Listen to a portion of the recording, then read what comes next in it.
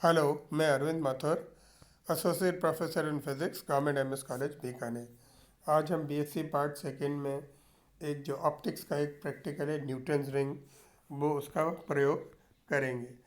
Concept में यह है कि जब न्यूटन्स रिंग हम कब बनती हैं, जब एक इंसिडेंट लाइट एक थिन फिल्म पे गिर गिर सकती है और रिफ्लेक्टेड लाइट और जो एक ऊपर से रिफ्लेक्ट होती है और एक नीचे के सरफेस से रिफ्लेक्ट होती है, तो इनका इंटरफेरेंस होता है, तब न्यूटन रिंग्स बनती हैं। अगर एयर रिंग्स की जगह हम सोप बबल या ऑयल फिल्म लिखते हैं, तो उनका हम रिफ्रैक्टिव इंडेक्स भी ज्ञात कर सकते हैं। और ये फिनोमेना ये इंटरफेरेंस का रिजल्ट है। अगर हम plano convex lens large focal length का लेते हैं और इसके अंदर कॉन्टैक्ट एक ग्लास प्लेट के अंदर हैं, तो एक थिन एयर फिल्म बन जाती है lower surface of the lens और अपर सरफेस। द इस थिकनेस ऑफ द फिल्म जो है वो बहुत ही स्मॉल होती है और वेट शेप की होती है, और ग्रीजिंग आउटपुट वेट शेप का बन जाता है। जब इसके अंदर मोनोक्रोमेटिक लाइट फिल्म बनती है, तो हमें इनर डार्क स्पॉट और alternative bright and dark circular rings मिलती हैं। और वही द इसका जो लोकाई होता है वो पॉइंट ऑफ इक्विलिब्रियम और centres are with point of these fringes are called Newton fringes. इसका अरे एक्सपेरिमेंट अरेंजमेंट आपने इस टाइप का दिया हुआ है, जो ये एक्सपेरिमेंटल अरेंजमेंट है।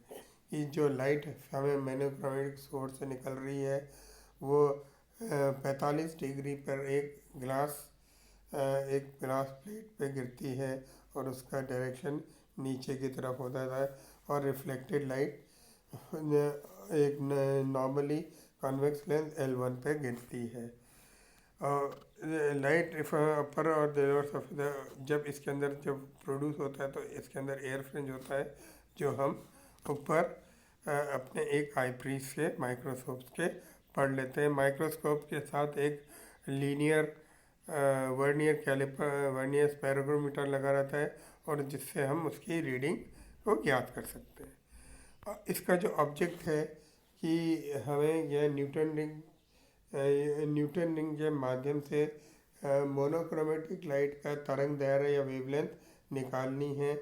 और अगर हमें हमें कोई ऑयल फिल्म या सोप बबल दिया है, तो उनका रिफ्रैक्टिव इंडेक्स भी निकाल सकते हैं इसके द्वारा। इसको अपैरेटस में हमारे पास सोडियम लैंप होता है, एक कन्वेंस लेंस होता है जो छोटे लेंस होता है, एक प्लेनो कॉन्वेक्स लेंस जिसकी फोकल लेंथ 100 सेंटीमीटर के आसपास होती है, और ये न्यूटन रिंग का अपैरेटस होता है, माइक्रोस्कोप एक्सेट्रा। हम इसकी सिंपल सी थ्योरी है कि एक वेवलेंथ ऑफ मोनोक्रोमेटिक लाइट को अगर हमें निकालना है, तो डी हम इसके डायमीटर्स निकालते हैं। तो it is d² + p - 4 dn² upon 4 rp, जहाँ r radius of curvature of the surface जो कांटेक्ट में है with the glass plate, p dn+p और dn डायमीटर हैं, n+pth और nth रिंग के ब्राइट जो ये ब्राइट या डार्क फ्रिंज जो जिसके भी हम निकालना चाहते हैं, उसका p हम कम से कम 10 लें, जिससे आराम से कैलकुलेशंस हो जाएं। अगर हमें वेवलेंथ निकालना है रिफ्रैक्टिव इंडेक्स का, तो हमारे पास इसके अंदर ऑयल डालेंगे, और फिर वैसे ही हम एयर दोनों डायमीटर्स का अंतर निकालेंगे और निकाल सकते हैं। और जब हम दोनों के डायमीटर्स ऑफ डार्क और ब्राइट फ्रिंज निकाल देंगे, तो म्यू हम रिफ्रैक्टिव इंडेक्स कैलकुलेट कर सकते हैं। पहले एडजस्टमेंट है तो ऑब्टेन बाय, हम पहले तो ट्रैवलिंग स्कोर का हेल्प करेंगे कि सेट पर इसके सीधा होना चाहिए। अब हम लेंस को जो हमारे जो लेंस जो इसके अंदर lens glass plate wooden surface extra जो भी कर रहे हैं, वो हम उसको साफ़ करेंगे। उसके बाद उसका एक 45 डिग्री पर एक लैम्पलाइट ग्लास प्लेट लेंगे, और ये सारा जो एक वुडन फ्रेम के अंदर रखते हैं, ये सारा का सारा वुडन फ्रेम हम इसके अंदर न्यूटन अपैरेटस। अब लेंस को फोकस करने के लिए हम पहले एक एक्स का एक कागज़ पे एक्स का निशान बनाएंगे और उसको फोकस करेंगे जिससे हम ले उसके बाद हम उसको अंदर रख देंगे और उसकी ग्लास फ्रिंज को उसको देखेंगे कि जो फ्रिंजेस बनी है वो हमारे माइक्रोस्कोप के अंदर दिखने लगे। अब इसको लेंस को जब हमें को फुली एलिमिनेटेड है और हम ये देखेंगे कि उस माइक्रोस्कोप में जो लाइट है वो दिखने लगती है या नहीं। अब हम जब हमें ये फ्रिंजेस क्लियर दिखने लगेंगी माइक्रोस्कोप के अंदर तब हम उसके आई पीस पे एक क्रॉस वायर पोके और इसके अंदर मार्क करके हम माइक्रोस्कोप से लेंस देखते हैं। अगर फ्रिंजेस क्लियर नहीं हो तो हम जस्ट तब तक करते रहेंगे जब तक कि फ्रिंजेस हमें क्लियर नहीं पड़े। अगर कोई पर्टिकुलर फ्रिंज क्रॉस वायर पे दिखने लगे तो हम ऐसा देखना चाहिए कि अगर हम आँखें दिखाएं आगे पीछे हिलाएं तो वो फ्रिंजेस हटनी नहीं चाहिए, यानी उसके अंदर कोई भी पैरेलक्स नहीं होना चाहिए। ये एक अच्छा टेस्ट है। अगर स्मूथ नहीं है तो अगर इलिप्टिकल फ्रिंजेस बनती हैं तो हो सकता है कि क्योंकि ये लेंस जो बहुत बड़ी फोकल लेंथ का है, बिल्कुल एक ग्लास प्लेट सा दिखता है, तो हो सकता है कि हमने उस लेंस को उल्टा रख दिया हो। तो निकाल के हम उसको उल्टा करेंगे और जब तक हमें अच्छी और स्मूथ सर्कुलर फ्रिंजेस नहीं मिलती तब तक हम उसको एडजस्ट करते रहेंगे। अगर परफेक्ट कांटेक्ट है तो द सेंटर स्पॉट हमें ये देखना है कि अगर बिल्कुल सही है तो centre spot should be dark. अगर contact is not perfect at the centre तो हमें अगर कांटेक्ट सही नहीं है तो हमें ब्राइट स्पॉट मिलता है। तो मगर जो हमने जो फॉर्मूला यूज़ किया है वो दोनों के लिए डार्क और ब्राइट दोनों के लिए समान रूप से लागू होता है। फिर हम मेजरमेंट डायमीटर का मेजरमेंट करना है तो हमें ये ध्यान रखना है कि हमें जो स्क्रू है, जो माइक्रोमीटर का जो स्क्रू है, जो माइक्रोस्कोप का स्क्रू हमें एक ही दिशा में रखना है। तो हम क्या करेंगे कि पहले उस माइक्रोस्कोप का जो रीडिंग है पहले गिन के 20-25 25वीं रिंग तक ला देंगे और उसका वहाँ पर हम उसकी रीडिंग पढ़ेंगे। फिर हम उसको धीरे धीरे घुमाते हुए दो दो रिंग्स को छोड़ते हुए उसको वापस सेंटर पे ले आएंगे।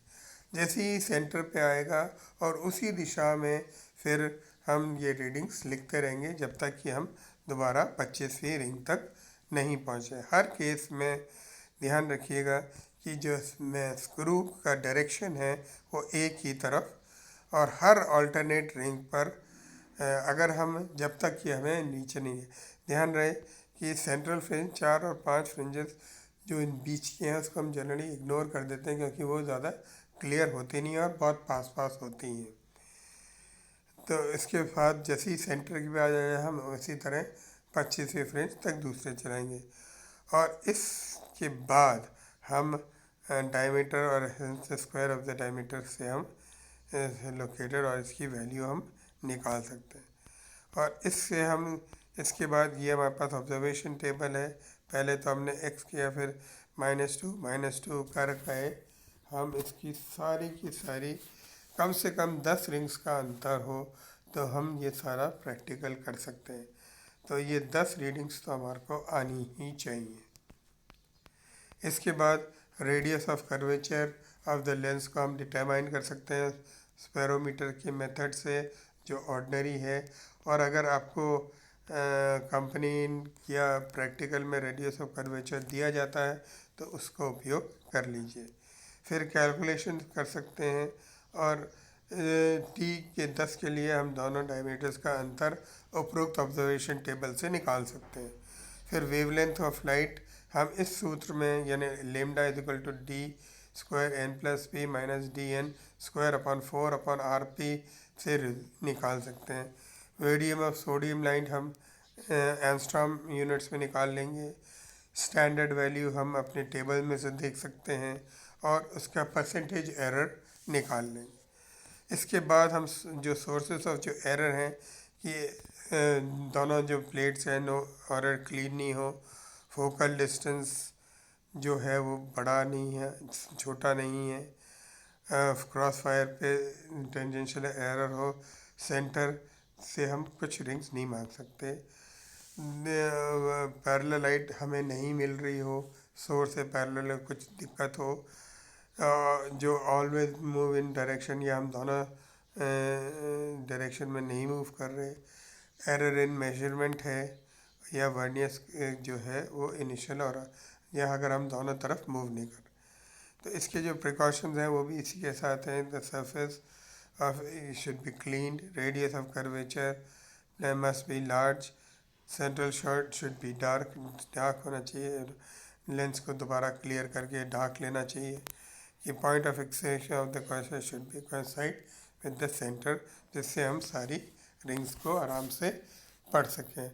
प्रैक्टिकल ऑप्टिक्स का है, तो ऑप्टिक्स के प्रैक्टिकल में ये ज़रूर ध्यान रखना चाहिए कि जो ऑप्टिकल एक्टिविटी है वो बिल्कुल सही होनी चाहिए, तभी अच्छी रीडिंग आती है।